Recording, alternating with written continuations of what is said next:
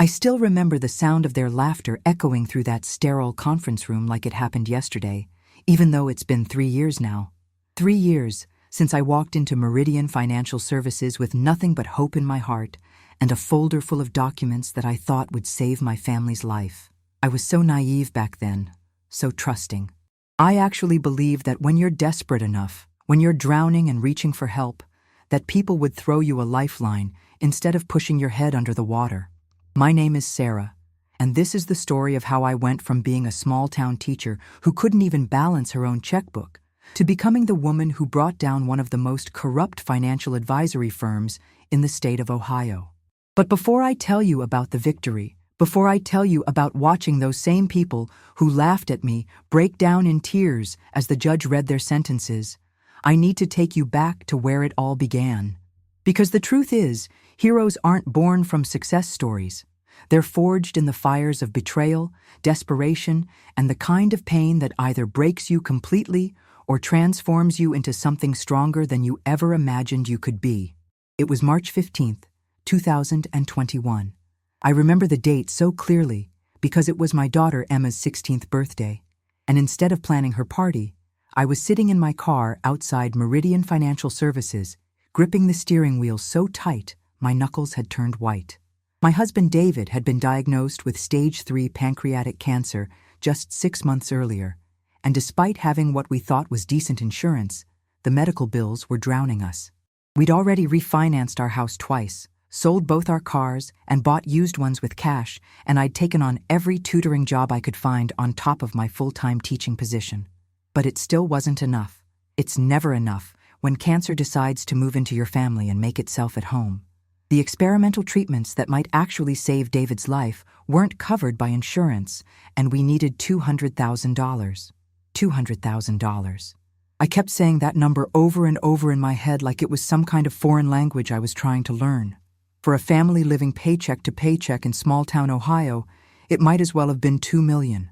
That's when my sister-in-law Rachel told me about Meridian Financial Services. She'd heard they were miracle workers, financial advisors who specialized in helping families in crisis situations. They had programs for people like us, she said. Ways to leverage assets we didn't even know we had. I should have trusted my gut when something about it felt too good to be true. But when you're watching the person you love most in the world waste away in front of your eyes, you'll grab onto any thread of hope, no matter how thin it might be. The building was impressive, I'll give them that. All glass and chrome, with a marble lobby that probably cost more than my annual salary. I felt so out of place walking in there in my off-brand dress and shoes I'd had resoled twice. But Marcus Wellington, the senior advisor who met with me, had this way of making you feel like you were the most important person in the world. He was tall, silver-haired, with the kind of smile that politicians practice in mirrors. He looked exactly like what you'd want your financial advisor to look like if you were casting him in a movie. "Mrs. Patterson," he said, shaking my hand with both of his, "I want you to know that we specialize in exactly these kinds of situations. We've helped hundreds of families just like yours navigate through medical crises and come out the other side not just surviving, but thriving." The way he said it, with such confidence, such certainty, I felt this weight lift off my shoulders for the first time in months. Maybe, just maybe, we were going to be okay. He explained their program to me in terms that sounded so reasonable, so logical. We would take out a secured loan against our house and my retirement account, but it would be structured in a way that we'd actually end up with more money than we started with through their investment strategies. They had partnerships with medical financing companies that offered incredible rates for families in our situation. And the best part? If David's treatment was successful, which Marcus assured me it would be, we'd be able to pay everything back and still have money left over for Emma's college fund. "I've been doing this for 23 years, Marcus told me, leaning back in his leather chair. "And I've never seen a case quite like yours where all the pieces fit together so perfectly. It's like the universe is aligning to help your family through this challenge." I actually got goosebumps when he said that. I thought it was a sign. I thought God was finally answering our prayers. The paperwork was extensive, dozens of documents with terms I didn't fully understand, but Marcus walked me through each one, explaining how it all worked together to create this financial safety net for our family. There were investment accounts, loan agreements, insurance policies, and something called a medical emergency trust fund that would cover David's treatments and any future medical expenses. It seemed almost too good to be true, but Marcus showed me testimonials from other families, success stories with photos of smiling couples who'd been in our exact situation and were now debt-free and healthy. I signed everything. I signed it all because I loved my husband and I would have signed my soul away to save his life. And in a way, I guess that's exactly what I did. The first red flag should have been how quickly everything moved after that. Within 48 hours, our house was refinanced, my retirement account was liquidated, and $250,000 appeared in an account that Marcus said was specifically set up for David's medical expenses. But when I tried to access the funds to pay for his first round of experimental treatment, I was told there was a processing period that could take up to 30 days. 30 days turned into 60. 60 turned into 90. David's condition was deteriorating rapidly, and the doctors were telling us we were running out of time. Every time I called Meridian Financial Services, I got a different excuse. The medical financing partner was reviewing our case. There were additional forms that needed to be filed. The investment accounts needed to mature before funds could be released. Always another hoop to jump through, another delay, another reason why the money that was supposed to save my husband's life was just out of reach. That's when I started doing my own research, staying up until 3 in the morning on my laptop, digging into Meridian Financial Services and Marcus Wellington. What I found made my blood run cold. There were complaints with the Better Business Bureau, lawsuits from other families, and a pattern of behavior that was as predictable as it was predatory. They targeted desperate families facing medical crises, convinced them to liquidate their assets, and then used complex financial instruments to essentially steal their money while keeping just enough legal cover to avoid prosecution. But the worst part, the part that still makes me physically sick when I think about it, was learning that Marcus Wellington wasn't even a licensed financial advisor. He was a former used car salesman who'd been fired from 3 different dealerships for fraud. The whole operation was smoke and mirrors, designed to prey on families like mine when we were at our most vulnerable. I confronted Marcus on a Tuesday morning in October. I'll never forget walking into that same conference room where he'd filled my head with hope and promises, armed with printouts of everything I'd discovered about him and his company. I'd practiced what I was going to say, how I was going to demand our money back, how I was going to threaten to expose them if they didn't make this right immediately.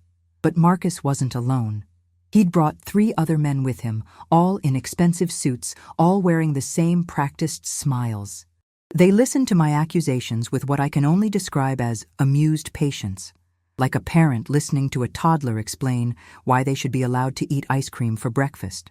"Mrs. Patterson," Marcus said when I finished my presentation, "I understand you're under a tremendous amount of stress right now. Medical situations can make people paranoid, make them see conspiracies where none exist." The other men nodded sympathetically, like they'd seen this kind of behavior before. "But I have documents," I said, my voice starting to shake despite my best efforts to stay strong. "I have proof of what you've done to other families. I know you're not even licensed." That's when Marcus smiled that politician's smile and opened a folder on the table. "Mrs. Patterson, you signed legally binding agreements. You authorized every single transaction. You were provided with all the necessary disclosures and waiting periods as required by law. If you're unhappy with the performance of your investments, well, that's the nature of financial markets. Sometimes you win, sometimes you lose. This isn't about market performance," I said, my voice rising. "You stole our money. You promised us funds for my husband's treatment that you never intended to provide. He's dying while you play games with our life savings." And that's when it happened. That's when Marcus Wellington and his 3 associates started laughing. Not polite chuckles or uncomfortable nervous laughter. Full, hearty laughter, like I'd just told the funniest joke they'd ever heard. "Mrs. Patterson," Marcus said between laughs, "you came to us begging for help. Begging. You were so desperate you would have signed anything we put in front of you, and that's exactly what you did. You didn't read the fine print, you didn't ask the right questions, and now you're trying to blame us for your own poor decision-making." One of the other men, A younger guy with perfectly styled hair and a watch that probably cost more than my car leaned forward and said, "Look, lady, we're in the business of making money, not running a charity. If you couldn't afford your husband's medical bills, maybe you should have thought about that before you decided to have a family." They were still laughing when I gathered up my documents and walked out of that room. I could hear them through the closed door as I waited for the elevator, making jokes about small-town teachers who think they're lawyers and what happens when people get ideas above their station. I sat in my car in that parking lot for 2 hours, crying until I had no tears left. David was at home, probably wondering why his afternoon dose of pain medication was late, and Emma was at school, probably planning to ask me later if we could afford to order pizza for dinner like a normal family. And I had to go home and tell them that not only were we not going to be able to save David's life, but we'd lost everything in the process.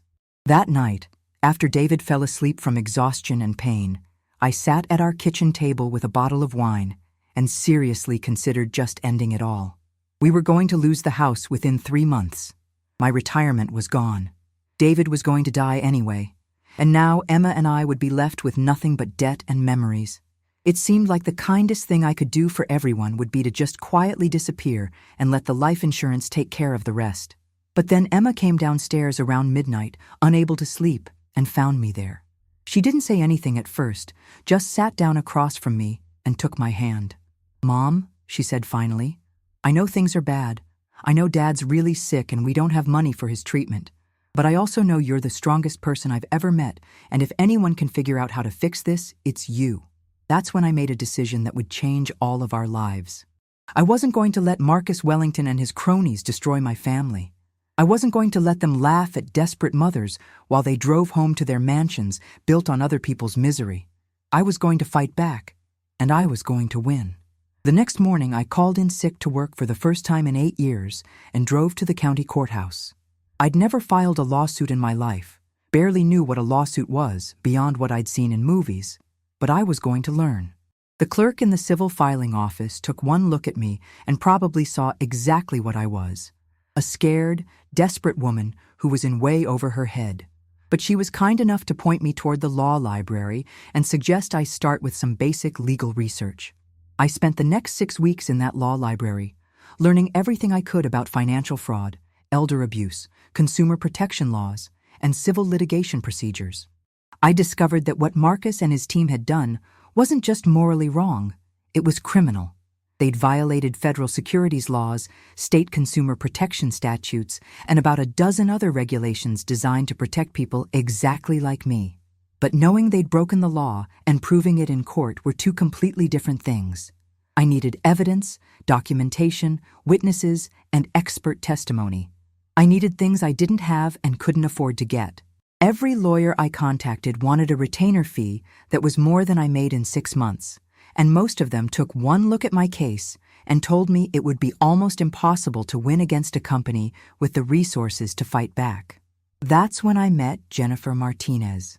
Jennifer was a paralegal at one of the firms that had turned me down, and she'd overheard my consultation with her boss.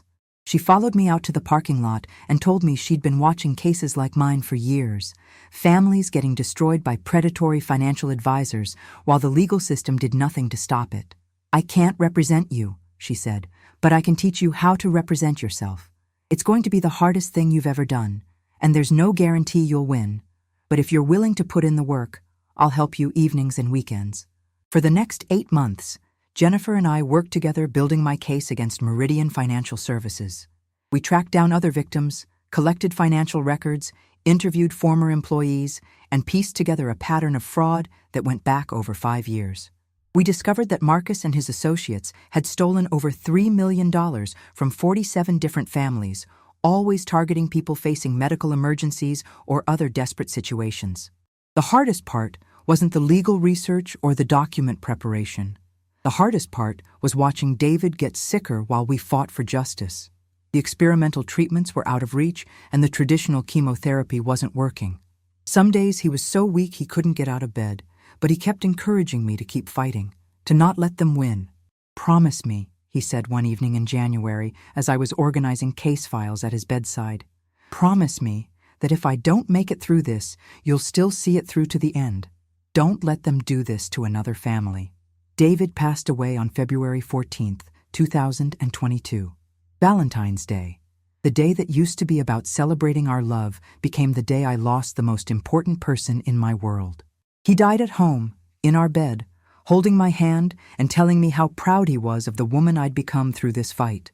I took 2 weeks off to grieve and plan his funeral, and then I got back to work on the lawsuit. Because now it wasn't just about getting our money back, it was about making sure that Marcus Wellington and everyone who'd laughed at me in that conference room would face consequences for what they'd done. The trial began on a Monday morning in September. I'll never forget walking into that courtroom, knowing I was about to face off against a team of corporate attorneys who'd probably spent more on their suits than I made in a year. Marcus was there, of course, looking as confident and polished as ever. He actually had the audacity to nod at me like we were old friends. But I wasn't the same broken woman who'd begged for help in his office 18 months earlier. I'd spent hundreds of hours preparing for this moment, learning the law, gathering evidence, practicing my arguments. Jennifer had coached me on courtroom procedure and helped me organize my presentation. I had binders full of documentation, expert witnesses ready to testify.